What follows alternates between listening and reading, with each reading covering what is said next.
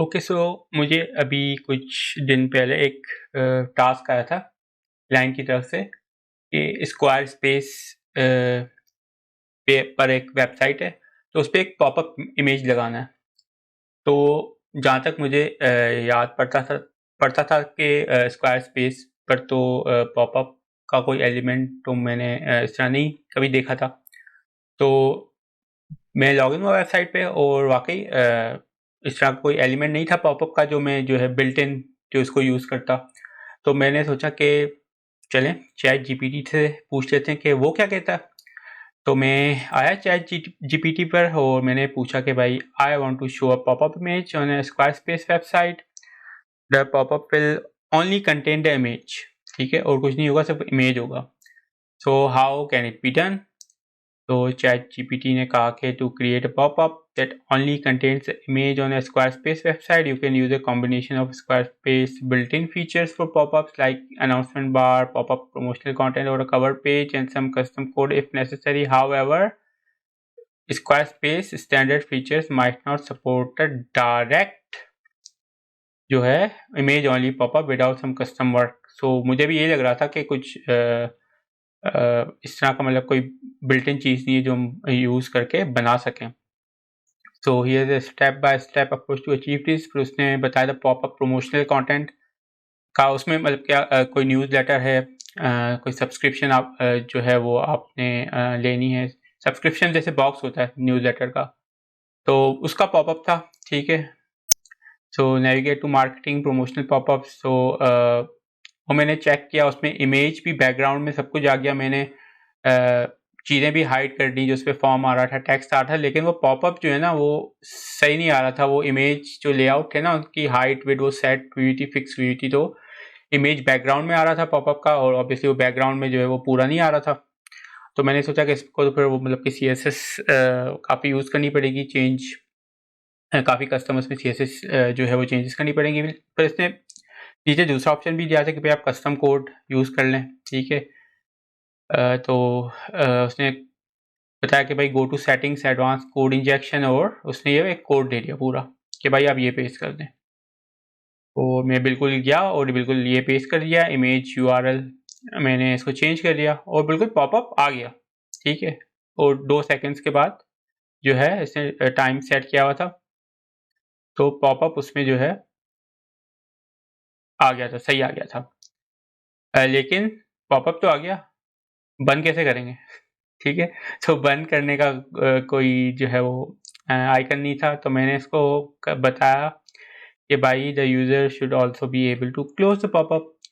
तो फिर उसने एक और कोड दे दिया। ठीक है, स्पैन का टैग लगा दिया इसने, और क्रॉस जो है वो आइकन इसने यहाँ पे दे दिया, और जो है ये इस तरह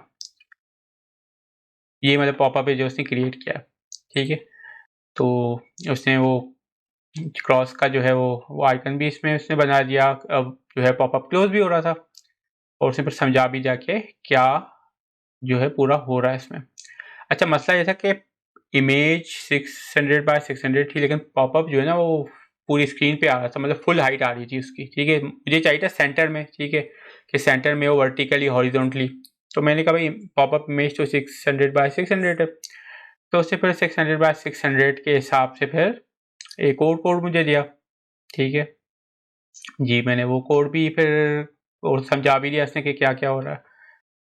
फिर मैंने इसको बता दिया कि इमेज URL जो है ना ये है, ताकि वो बार बार मुझे ना नए कोड में इनपुट नहीं करना पड़े। तो मैंने इमेज URL भी बता दिया। ठीक है, एक और क्लाइंट की रिक्वायरमेंट थी कि पॉपअप ऑटोमेटिकली जो है वो लास्ट डे अप्रैल, बस वो जो अप्रैल का जो है लास्ट डे तब तक दिखाए, और नेक्स्ट में जो है मई का उसमें ना दिखाए। ऑब्वियसली एक ऑप्शन ये भी था कि मैं जो है मैनुअली इसको जाके ऑफ करता, लेकिन मैंने सोचा अगर भूल गया तो फिर क्या होगा। ठीक है, तो मैंने कहा ये भी मैं इसको दे देता हूँ कि भाई इसका कोड भी डालो कि ये खुद ब खुद जो है वो मई में शो ना करे, अप्रैल के लास्ट डे तक शो करे। अच्छा, फिर उसने ये दोनों चेंजेस भी कर दी। ठीक है, to display popup featuring 600 by 600 image with URL of ये URL था, और टाइम का भी जो है वो जो कोड है वो भी उसने यहाँ पे वो नए कोड में जो है वो उसने इंसर्ट कर दिया, फिर उसने एक्सप्लेन कर दिया कि इसमें क्या हो रहा है। इसमें फिर मैंने एक चेंज ये की थी, मैंने इसको मई 1 कर दिया था और इसको मैंने 000 कर दिया था कि मई 1 जब हो 12 बजे तब ये पॉपअप ना शो हो, उससे पहले हो।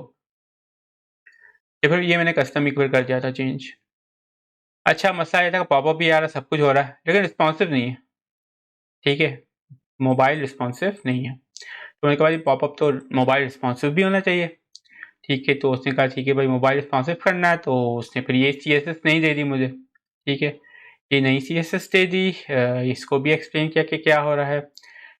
अच्छा, फिर इसमें मसला ये आया था कि with the above code popup doesn't appear in the centre of the screen, कि भाई वो मोबाइल रिस्पॉन्सिव तो है लेकिन सेंटर में नहीं आ रहा, वो टॉप जो है मतलब कि हॉरिजॉन्टली सेंटर था, लेकिन जो है जो ब्राउज़र है उसका टॉप टच कर रहा था, नीचे मतलब वर्टिकली सेंटर नहीं था, हॉरिजॉन्टली सेंटर था, ऊपर आ रहा था। तो मैंने कहा कि भाई ये तो सेंटर नहीं आ रहा। अच्छा, फिर उसने ये भी बता दिया कि ये इशू क्या है और उसमें क्या चेंजेस करनी है। ठीक है, तो फिर उसने नया CSS कोड दे दिया। ठीक है, नया CSS कोड दे दिया, वो भी इसने एक्सप्लेन कर दिया। अच्छा, अब सब कुछ सही हो गया, सेंटर में भी आ रहा है, मोबाइल रिस्पॉन्सिव भी है, लेकिन इमेज के नीचे थोड़ी सी वाइट लाइन आ रही थी, वाइट बॉर्डर आ रहा था। तो मैंने कहा there is a white bottom border showing on popup on mobile screen पे, वो भी ठीक है। तो mobile screen here is the complete code I am using right. तो मैंने इसको पूरा कोड दे दिया, भाई ये कोड है, ठीक है, ये मैं यूज़ कर रहा हूँ और नीचे जो है वो बॉर्डर आ रहा है। ठीक है, उसने पूरा कोड फिर देखा और उसने बताया कि भाई क्या इशू हो सकता है, वो भी इशू भी बता दिया। Image aspect ratio, interaction, max, width, height, auto. ठीक है, फिर उसने ये इशू भी बता दिया उसको, फिर जो है फिर नया CSS कोड दे दिया। ठीक है, वो भी एक्सप्लेन कर दिया इसमें क्या क्या क्या। और यहाँ तक जो पूरा जो कोड दिया था इसमें मैंने चेंज एक तो ऊपर इमेज URL चेंज किया था, और दूसरा यहाँ पे एक जो सर्किल आ रहा था, ठीक है, वो अजीब सा लग रहा था कलर में। ये तो खैर ऐसे मैं टेस्ट इमेज दिखा रहा हूँ, लेकिन वो जो एक्चुअल इमेज था उसमें जो पीछे बॉर्डर आ रहा था उस मतलब अच्छा नहीं लग रहा था, तो वो मैंने डिलीट कर दिया। क्लास से कौन सी क्लास थी वो, ये, हाँ, तो ये मैंने हटा दिया था क्लोज पॉपअप से। और क्या चेंज हुई थी,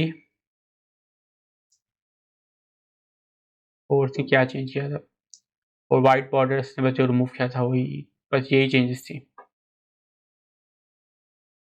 तो ये मैंने दो फिर चेंजेस मैन्युअली की थी। ठीक है, एक ये क्रॉस साइन वाली और एक जो इमेज वाली, और एक ये बस यहाँ ये दो चेंजेस। और इस तरह ये आपको रिफ्रेश करूँ तो ये पॉपअप आ गया। ठीक है, और अब क्लोज भी हो गया। और यही कोड मैंने पूरा, ये आप देख सकते हैं, ये पूरा कोड। ठीक है, और ये मैंने जो है एज इट इज जाकर पेस्ट कर लिया था। स्क्वायर स्पेस की जो सेटिंग्स थी, कोड इंजेक्शन, क्या एग्जैक्टली पाथ था उसका, settings, advance code injection, header section में मैंने पेस्ट किया और बिल्कुल एक जो है सही चीज़ जो चाहिए थी वो बन के आई, अप्रूव भी हो गई और ये इस तरह टास्क डिलीवर हो गया। तो इस तरह जो है मैंने चैट GPT से सजेशन ली कि मैं क्या करूं। ठीक है, मतलब कि नॉर्मल तरीके से तो ये काफ़ी मुश्किल हो जाएगा, तो उसने ये कस्टम कोड दे दिया और ये बिल्कुल ईजीली फिर मसला सॉल्व हो गया।